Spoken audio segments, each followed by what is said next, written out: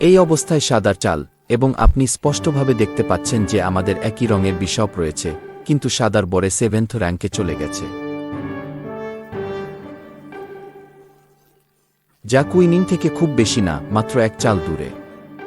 কিন্তু এই ঘরটি কালোর ডার্ক বিশপ দ্বারা সুরক্ষিত।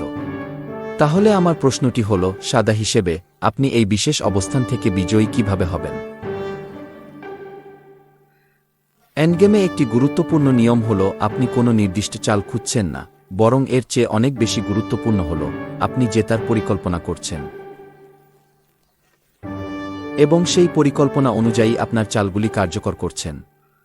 তাহলে এখানে আপনি এই ভিডিওটি একটু থামান এবং জেতার জন্য পরিকল্পনা খুঁজে বের করুন, যেখানে সাদা এই বরেকে একটি কুইন করতে পারে এবং খেলা জিততে পারে।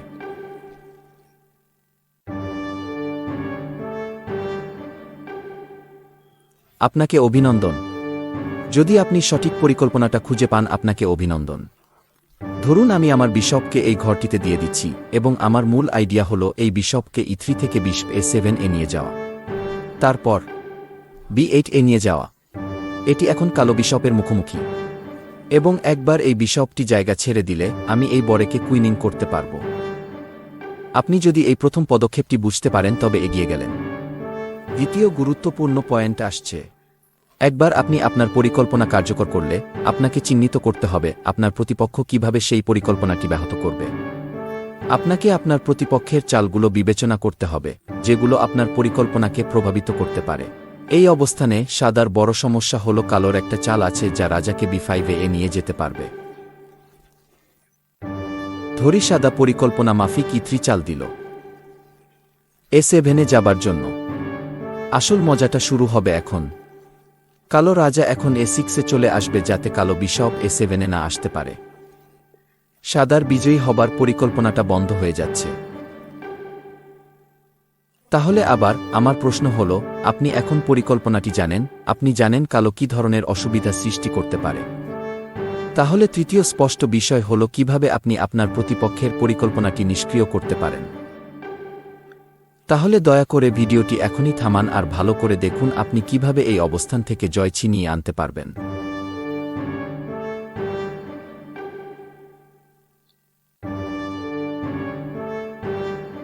বুঝলেন কিছু?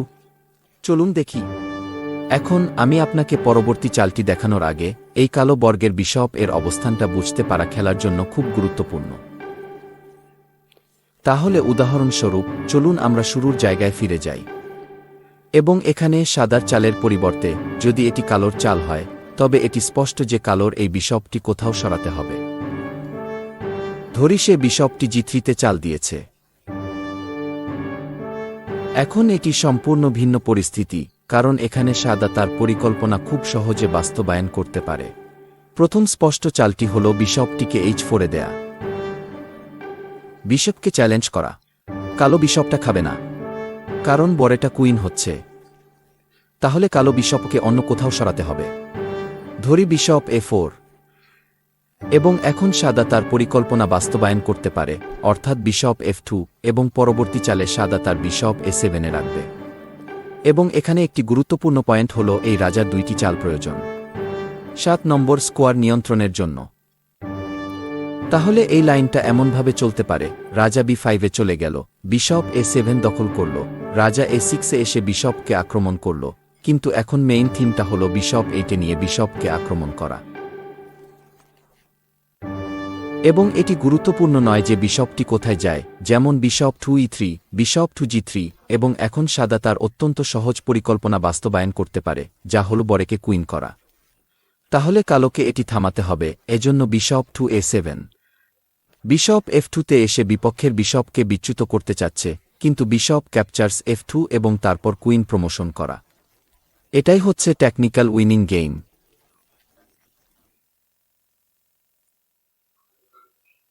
তাহলে এখন বুঝতে পারছেন কিভাবে সাদা তার বরেকে কুইন করতে পারে। তাহলে চলুন এই পরিস্থিতিটিকে আগের সাথে তুলনা করি। আবার একবার আমি পিছনে যেতে চাই।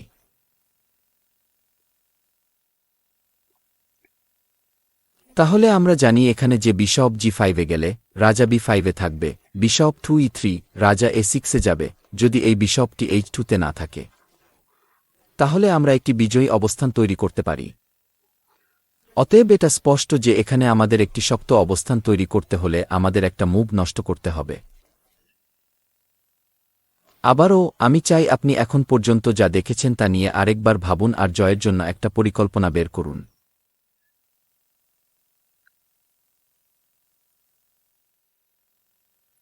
এখানে হয়তো অনেক উপায় আছে, কিন্তু আমি মনে করি সবচেয়ে কার্যকর চাল হল বিশপ টু c5। তাহলে এখন কালো রাজা নড়তে পারবে না, কারণ যদি রাজা সরে যায় তবে বিশপ a7 দখল করে নেবে এবং সাদা নিশ্চিতভাবে জিতবে। তাহলে এর মানে হল কালোকে বিশপটি নাড়াতে হবে এবং বিশপ যেখানেই যাক না কেন এতে কিছু ম্যাটার করে না। ধরুন বিশপটি g3তে দেয়া হল, এবং এখন হল একটা মুভ নষ্ট করার ধারণাটার কথা, বিশপ টু e7। তাহলে এখন সাদা খুব সহজ খেলাটা খেলতে চায়, বিশপ টু d8, এবং তারপর বিশপ টু c7 এবং কুইন প্রমোশন।